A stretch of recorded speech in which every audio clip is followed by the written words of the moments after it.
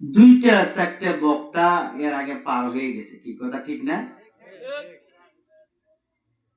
এর মধ্যে অনেকেরই পেশাবের চাপ দিতে পারে, কেউ কি পেশাব করতে যায় নাই, কিন্তু লাস্টের বক্তা যখন উঠছে যদি পেশাবের চাপ দেয় তাহলে যত মধুর ওয়াজি হোক তুই আপনারা যাবেন, কিন্তু যাওয়া যাবে না, শেষ করে যাওয়া লাগবে।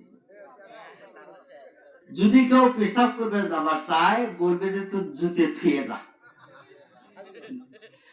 আর যদি পায়খানা বাড়ায় তাহলে তো অবস্থা খারাপ।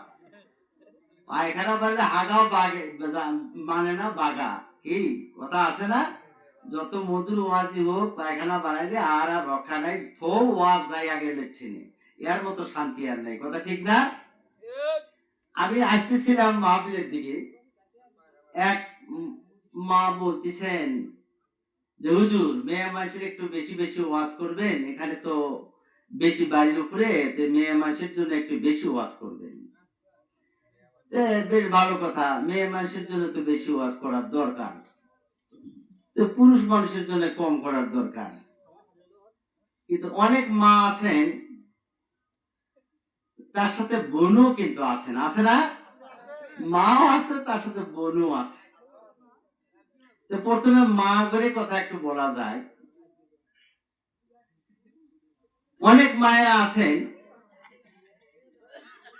আল্লাহ রাসূল সাল্লাল্লাহু আলাইহি ওয়াসাল্লাম বলেন, আমি হযরত আয়েশা সিদ্দিকা রাদিয়াল্লাহু তাআলা আনহাকে যখন বিবাহ করি কুমারী হিসাবে, মা আয়েশার অন্য কোথাও আর বিবাহ হয়নি, আল্লাহ রাসূল সাল্লাল্লাহু আলাইহি ওয়াসাল্লামের সাথে সর্বপ্রথম তার বিয়ে। কিন্তু হযরত আয়েশা সিদ্দিকা রাদিয়াল্লাহু তাআলা আনহা বলেন, আমি যখন আল্লাহর রাসূলের সাথে একই বিছানায় একই ঘরে যখন শুইতাম তখন একটা বালিশ ব্যবহার করতাম। কয়টা বালিশ? একটা বালিশ, স্বামী স্ত্রী মিলে একটা বালিশ ব্যবহার করতাম।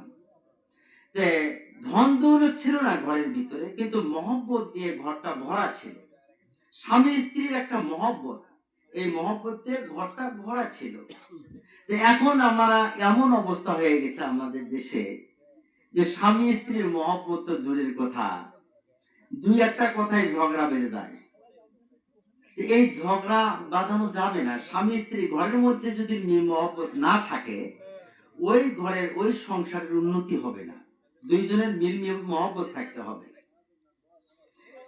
হুজুর সাল্লাল্লাহু আলাইহি ওয়াসাল্লাম বলেন যে স্বামী স্ত্রী আমরা একটা বালিশে মুখোমুখি মুখ দিয়ে আমরা শুইতাম, মুখের দিকে মুখ দিয়ে শুইতাম, এত মহব্বত। এর মধ্যে এক মহিলা বলতেছেন, হুজুর সে কথা আর কইেন না, মুখের সাথে এক বালিশে মুখের সাথে মুখ দিয়ে যে শুতে কোন আমার স্বামী হাইরে বিড়ি খায়, তার কি মুখের গন্ধ, যদি একসাথে শুই না মুখের সাথে মুখ দিয়ে পেট আগে ভরে যায়, এই জন্য দুইজন দুই মুখ খায় শুই। এরকম করা যাবে? বিড়ি খায়া বিবাহের আগে থেকেই বিড়ি খাওয়া শুরু করছে, মুখে গন্ধে নতুন বউ আসলে পরে মুখের সাথে মুখ আর লাগাতে পারে না। তো মহব্বত হলো? মা আয়েশা যে বললেন যে আল্লাহ রাসূলের একটা বালিশে আমরা থাকতাম, তো এখানে যা দেখা যাচ্ছে অবস্থা যে দুইজন দুই মুখা থাকলে মহব্বত হইব? মহব্বত হইব না। যাক, তা আমরা মা বোন সম্পর্কে কি ওয়াজ করব? অনেক তো রাত্রি হয়ে গেছে, 12টার দিকে শেষ করা হবে ইনশাআল্লাহ। আমরা সবাই থাকবো তো ইনশাআল্লাহ? আসসালামু আলাইকুম ওয়া রাহমাতুল্লাহি ওয়া বারাকাতুহু।